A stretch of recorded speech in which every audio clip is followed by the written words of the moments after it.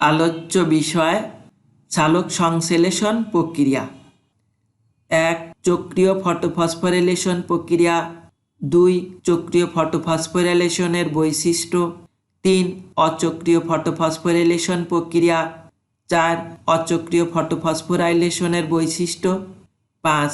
চক্রীয় ও অচক্রীয় ফটোফসফোরাইলেশনের মধ্যে পার্থক্য। চালক সংশ্লেষণের যে পর্যায়ে আলোর প্রয়োজন হয় তাকে আলোক পর্যায় বলে।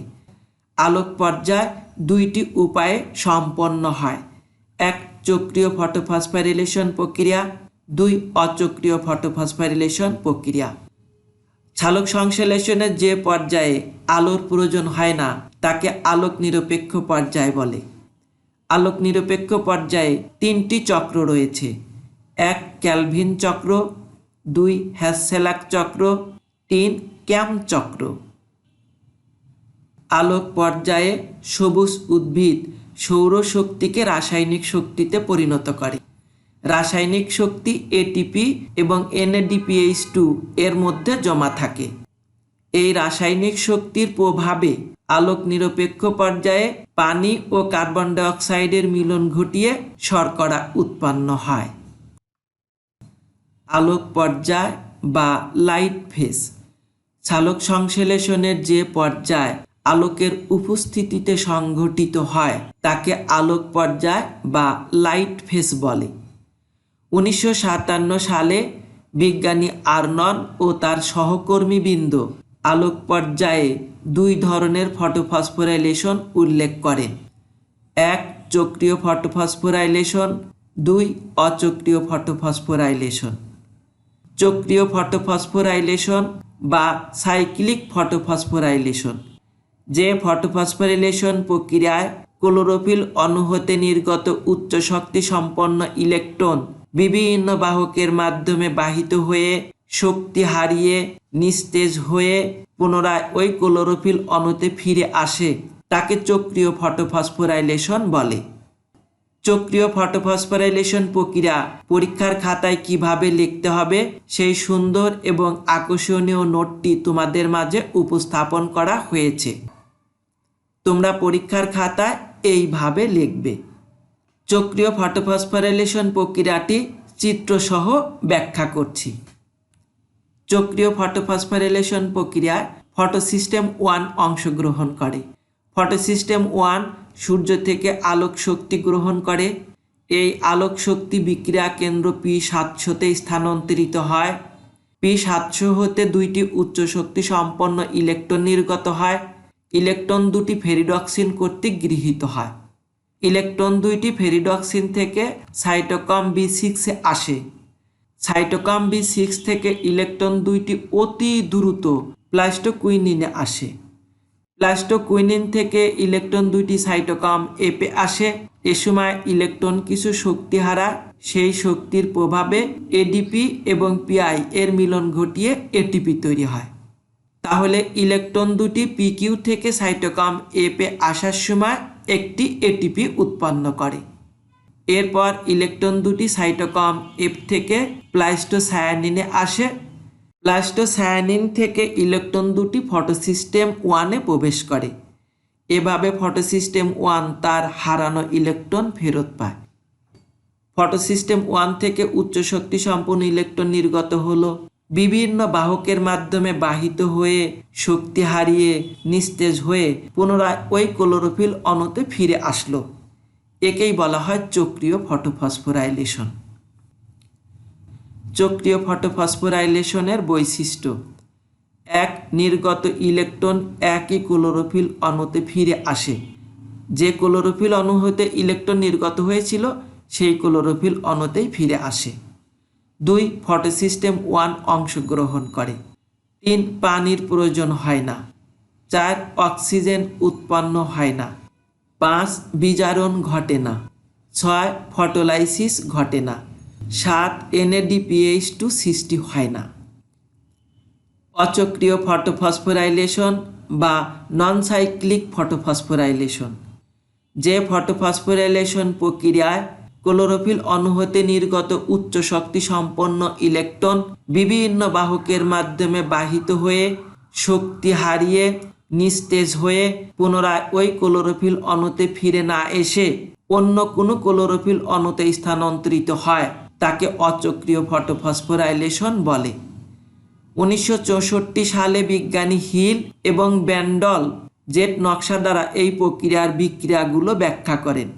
এজন্য একে জেট স্কিম বিক্রিয়া বলা হয়।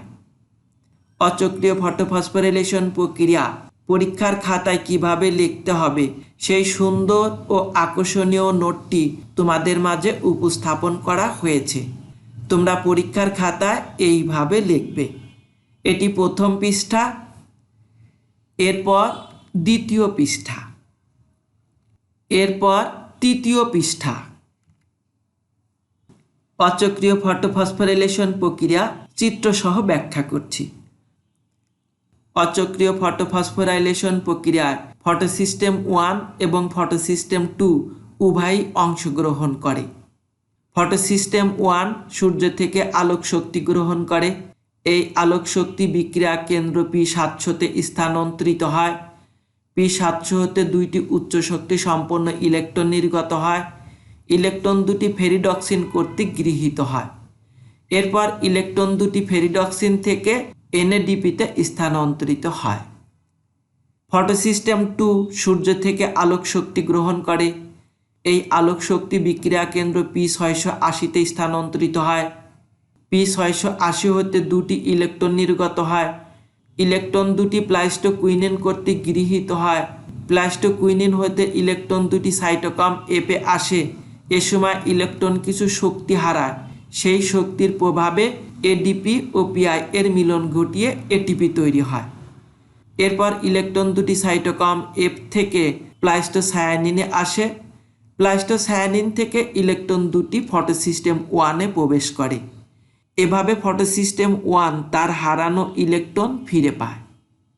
এ সময়ের মধ্যে সূর্যালোকের উপস্থিতিতে পানির অণুর ফটোলাইসিস ঘটে অক্সিজেন, প্রোটন ও ইলেকট্রন উৎপন্ন হয়। অক্সিজেন বায়ুমণ্ডলে চলে যায়। ইলেকট্রন ফটোসিস্টেম 2-তে প্রবেশ করে। এভাবে ফটোসিস্টেম 2 তার হারানো ইলেকট্রন ফিরে পায়। প্রোটন NADP এর সাথে যুক্ত হয়ে NADPH2 উৎপন্ন করে। অচক্রীয় ফটোফসফোরাইলেশন প্রক্রিয়ায় ফটোসিস্টেম 1 হতে নির্গত ইলেকট্রন প্লাস্টোকুইনিনে প্রবেশ করে। এরপর NADP-তে পৌঁছে কখনোই ফটোসিস্টেম 1-এ ফিরে আসে না। আবার ফটোসিস্টেম 2 হতে ইলেকট্রন নির্গত হয়। ইলেকট্রন দুটি প্লাস্টোকুইনিন কর্তৃক গৃহীত হয়। প্লাস্টোকুইনিন থেকে সাইটোক্রোম F-এ আসে। সাইটোক্রোম F থেকে প্লাস্টোসায়ানিনে আসে। প্লাস্টোসায়ানিন থেকে ফটোসিস্টেম 1-এ প্রবেশ করে। কখনোই ফটোসিস্টেম 2-তে ফিরে আসে না। এজন্যই একে বলা হয় অচক্রীয় ফটোফসফোরাইলেশন প্রক্রিয়া। অচক্রীয় ফটোফসফোরাইলেশন প্রক্রিয়ার বিক্রিয়াগুলো দেখতে অনেকটা জেড অক্ষরের মতো। এজন্য একে জেড স্কিম বলা হয়। অচক্রীয় ফটোফসফোরাইলেশনের বৈশিষ্ট্য: 1. নির্গত ইলেকট্রন একই ক্লোরোফিল অণুতে ফিরে আসে না। 2. ফটোসিস্টেম 1 ও ফটোসিস্টেম 2 উভয়ই অংশগ্রহণ করে। 3. পানির প্রয়োজন হয়। 4. অক্সিজেন উৎপন্ন হয়। 5. বিজারণ ঘটে। 6. ফটোলাইসিস ঘটে। 7. NADPH2 উৎপন্ন হয়। চক্রীয় ফটোফসফোরাইলেশন এবং অচক্রীয় ফটোফসফোরাইলেশনের মধ্যে পার্থক্য: 1. চক্রীয় ফটোফসফোরাইলেশন প্রক্রিয়ায় নির্গত ইলেকট্রন একই ক্লোরোফিল অণুতে ফিরে আসে। অচক্রীয় ফটোফসফোরাইলেশন প্রক্রিয়ায় নির্গত ইলেকট্রন একই ক্লোরোফিল অণুতে ফিরে আসে না। 2. চক্রীয় ফটোফসফোরাইলেশন প্রক্রিয়ায় ফটোসিস্টেম 1 অংশগ্রহণ করে। অচক্রীয় ফটোফসফোরাইলেশন প্রক্রিয়ায় ফটোসিস্টেম 1 এবং ফটোসিস্টেম 2 উভয়ই অংশগ্রহণ করে। 3. চক্রীয় ফটোফসফোরাইলেশন প্রক্রিয়ায় পানির প্রয়োজন হয় না।